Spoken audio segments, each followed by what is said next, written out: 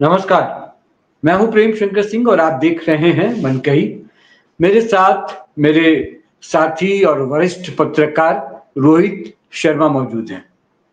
आज हम बात करने वाले हैं दिल्ली में बाढ़ के हालात बने हुए हैं। जो यमुना का पानी है वो डेंजर लाइन से ऊपर बह रहा है। आशंका ये है कि अगर बारिश ऐसी होती रही तो बाढ़ का खतरा है। जो वहां पर लोग हैं उनको एहतियातन कहा जा रहा है कि उस इलाके को छोड़ दें और ऊपरी स्थानों पर आ जाएं, लेकिन लोग मान नहीं रहे। रेखा गुप्ता सीएम जो है दिल्ली की, वो गई और हालात का जायजा लिया और कहा हालांकि कि सब कुछ अभी नियंत्रण में है, लेकिन हालात कुछ और कह रहे हैं। क्या है स्थिति, क्या एहतियात बरती जा रही सरकार की तरफ से, आगे क्या हो सकता है, स्थिति कितना भयावह है, ये बताने के लिए रोहित जी हमारे साथ मौजूद है। रोहित जी, क्या दिल्ली में बाढ़ जैसे हालात बन रहे हैं? मुझे तो ऐसा लग रहा है, आपका आकलन क्या कहता है?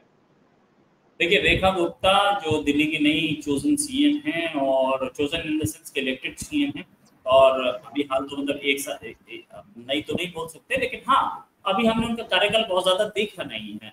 तो अब वो आज बाढ़ पीड़ित क्षेत्र में गई और जाकर के उन्होंने जूते उतारे और बाढ़ के पानी में घुस गई और उस एरिया में जहाँ कोई इससे पहले जाता नहीं था, जहाँ वो डूब क्षेत्र है यमुना का, पानी 206 मीटर पे आ चुका है।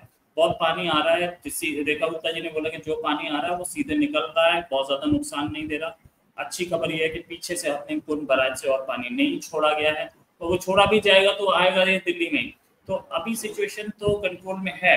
रेखा गुप्ता जी जो है वो अच्छा काम कर रही है इस समय, और उस अच्छे काम से मतलब इन द सेंस की अगर बात करें हम कि रेखा गुप्ता जी की पूरी इस समय तक की जो बातचीत है, इस समय तक जो सिचुएशन है, उन्होंने ये बोला कि हमने सोलर पैनल्स लगा दिए हैं लोगों, क्योंकि बिजली उस जो क्षेत्र में नहीं आ रही है जहाँ पे बाढ़ है, तो सोलर पैनल्स की लाइट लगा दी है, हम सप्लाईज दे रहे हैं। बोला गया था इलाके में हटाओ, इलाके से लोगों को हटाओ, लेकिन लोगों ने अपने घर नहीं छोड़े, कौन छोड़े।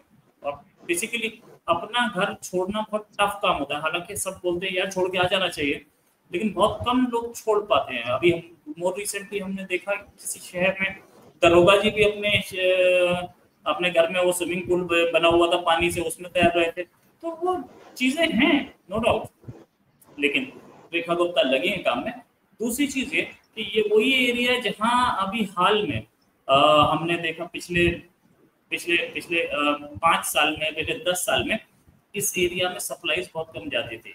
बोली तो जाती थी कि हम सबको सप्लाईज देंगे, सबको सपोर्ट करेंगे, लेकिन जाती बहुत कम थी। क्यों कम जाती थी ये तो भैया वही जानते होंगे जो पिछली गवर्नमेंट थी, लेकिन हाँ ये जरूर है कि मामला गड़बड़ था और we were trying to get some support from outside, बाहर से, एनजीओ से, इधर से उधर से, सप्लाईज ही नहीं।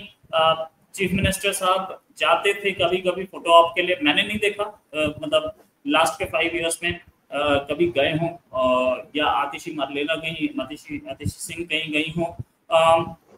ये रेखा गुप्ता का जाना एक बड़ा अचीवमेंट है, नो डाउट अबाउट इट, कि वहाँ जिस एरिया में पिछले कई चीफ मिनिस्टर्स नहीं गए थे वहाँ वो पहुंची। हाँ ये है कि हम देख रहे हैं कि अभी तक कोई ऐसी हमारे सामने खबरें नहीं आई कि राशन की कमी है, पानी की कमी है, वहाँ पे लोगों के लिए जीना मुहाल हो गया है, कुछ नहीं मिल रहा है, ऐसी खबरें नहीं आई हैं। सारा काम सुचारू रूप से चल रहा है। और इस बाढ़ से मतलब एक बहुत पर्टिकुलर इलाके में एक चीज बहुत इंपॉर्टेंट है कि यमुना की सफाई कर दी गई है। यमुना में जो ब्लॉकेजेस थी उसकी वजह से वो बाढ़ आती थी। दूसरी चीज ये कि आप देखें मिंटो ब्रिज है या दूसरे, पानी जम जाता था, पानी जमा हो जाता था। मिंटो ब्रिज में इसका पानी नहीं जमा हुआ है। दूसरी शहरों में हम जो पानी देख रहे हैं या पानी का जल भराव हम देख रहे हैं, या तो हम गुड़गांव में देख रहे हैं, या हम नोएडा में देख रहे हैं, गाजियाबाद में देख रहे हैं। दिल्ली के जल भराव की बहुत कम आ रही है खबरें। क्यों आ रही हैं? क्योंकि ड्रेनेज को साफ किया गया है। हमारे पास ड्रेनेजेस की कमी नहीं थी, अच्छा सच सच बताऊं तो मुंबई तक की खबर आई, लेकिन दिल्ली की नहीं आई है। हमने पिछले कुछ टाइम में नहीं देखा कि कहीं पे जल भराव हुआ बहुत तगड़ा हुआ, तो 3-4 घंटे 5-6 घंटे रहा, ऐसा हमने नहीं देखा। ये जो आप बात कह रहे हैं वो इसलिए भी हुआ है इस बार क्योंकि जो इंक्रोचमेंट हैं दिल्ली में जितने, वो कोर्ट के आदेश के बाद जो हटाए गए हैं, जैसे वो जितनी झुग्गी बस्तियां, जो नालों के ऊपर जो बस्तियां बसा दी गई या मकान बना लिए गए, वहां पर ब्लॉकेज बहुत सारे थे। तो इस बार ये भी हुआ है कि जितने दिल्ली में गैर कानूनी तरीके से जो बस्तियां बनी हुई थी, जिसको बार बार कोर्ट की तरफ से कहा जा रहा था अरविंद केजरीवाल की सरकार को कि इनको आप हटाइए और इनको कहीं और ले जाकर बसाइए, लेकिन वोट बैंक की राजनीति के चक्कर में अरविंद केजरीवाल ऐसा कर नहीं रहे थे। और आप देखिएगा एक मद्रासी करके वहां पे शालीमार बाग की तरफ या कहीं पर वहां पर झुग्गी बस्तियों को हटाया गया, वो नालियों के ऊपर, मतलब नालियों नहीं नालों के ऊपर वो बसा होता। तो पूरा ब्लॉकेज जो था इस वजह से भी जब बारिश होती थी तो पानी की निकासी जो है वो हो नहीं पाती थी, इसके वजह से भी जल भराव होता था। तो ड्रेनेज का काम हुआ है इस सरकार में। और रेखा गुप्ता से जब बातचीत पिछले दिनों हुई थी पत्रकारों की, तब भी उन्होंने कहा था कि पहला मेरा एम यही था कि बार बार ये अंडरपास, जो मिंटो ब्रिज का जो अंडरपास है वहां पर पानी जमा हो जाता था, बस ऑलमोस्ट वहां पर डूब जाती थी, वहां से कोई ट्रैफिक नहीं कर, हल्की सी भी बारिश हो तो वहां पर गाड़ियां फंस जाती थी। वो हालात इस बार नहीं हुए क्योंकि इस बार बारिश तो हो रही है, जबरदस्त बारिश हो रही है, लेकिन जो बाढ़ का खतरा बताया जा रहा है वो बना हुआ है, जो जल स्तर है वो भी ऊंचा है। लेकिन रेखा गुप्ता ने शायद एक बात बोली है रोहित जी कि वो निकासी हो जा रहा है, क्या कहते हैं? निकासी हो रही है और निकासी का फायदा भी बहुत है, निकासी का बहुत फायदा है। एक चीज और देखने वाली जो ये है कि जल भराव या बारिश जो है वो पीछे हो रही है, दिल्ली में मोर रिसेंटली नहीं हुई है तो पीछे से पानी आ रहा है। दिल्ली में जो अपनी बारिश होती है उसका पानी भी यमुना में ही आता है, तो दैट कॉन्ट्रीब्यूट्स।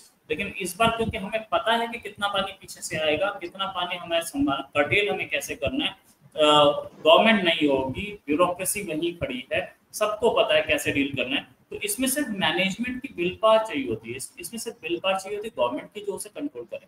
वो कंट्रोल हो रहा है, बहुत अच्छा काम हो रहा है। और आप देखते क्या होता है कि आगे, क्योंकि आगे अभी सुन रहे हैं कि और बारिश हो सकती है और पानी आ सकता है, तो अगले 1 हफ्ता 2 हफ्ता थोड़ा क्रूशियल होगा, लेकिन अभी तक तो इट्स फाइन, बहुत बढ़िया हो। चलिए ठीक है। मतलब हम तो उम्मीद यही जताते हैं कि ये जो राहत वाली खबर आए और थोड़ा पानी का जो जल स्तर है वो कम हो, क्योंकि जो लोग वहां पर रहते हैं उनको भारी दिक्कतों का सामना करना पड़ता है। और जो बारिश में कहते हैं ना कि मजा और सजा वाली जो बात है वो दोनों रहती है। मजा तो अमीरों को मजा मिल जाता है, लेकिन गरीब जो है उनको, उनके लिए वो सजा बन जाती है बारिश का पानी। रोहित जी आप जुड़े, आपने अपडेट किया और बताया कि क्या स्थिति है, सरकार क्या कर रही है और पिछली सरकार को क्या करना चाहिए था। और मुझे लगता नहीं है रोहित जी, पिछली सरकारों ने काम अगर किया होता ना तो ये 10 साल से इनकी सरकार थी, कुछ हुआ नहीं। जस के तस, मतलब दिल्ली की स्थिति वैसे ही रही, कोई सुधार नहीं हुआ। फ्रीबीज के अलावा डेवलपमेंट का कोई काम नहीं हुआ। यही वजह है कि जल भराव का समस्या पहले भी था, 10 साल के बाद आज भी वही समस्या है।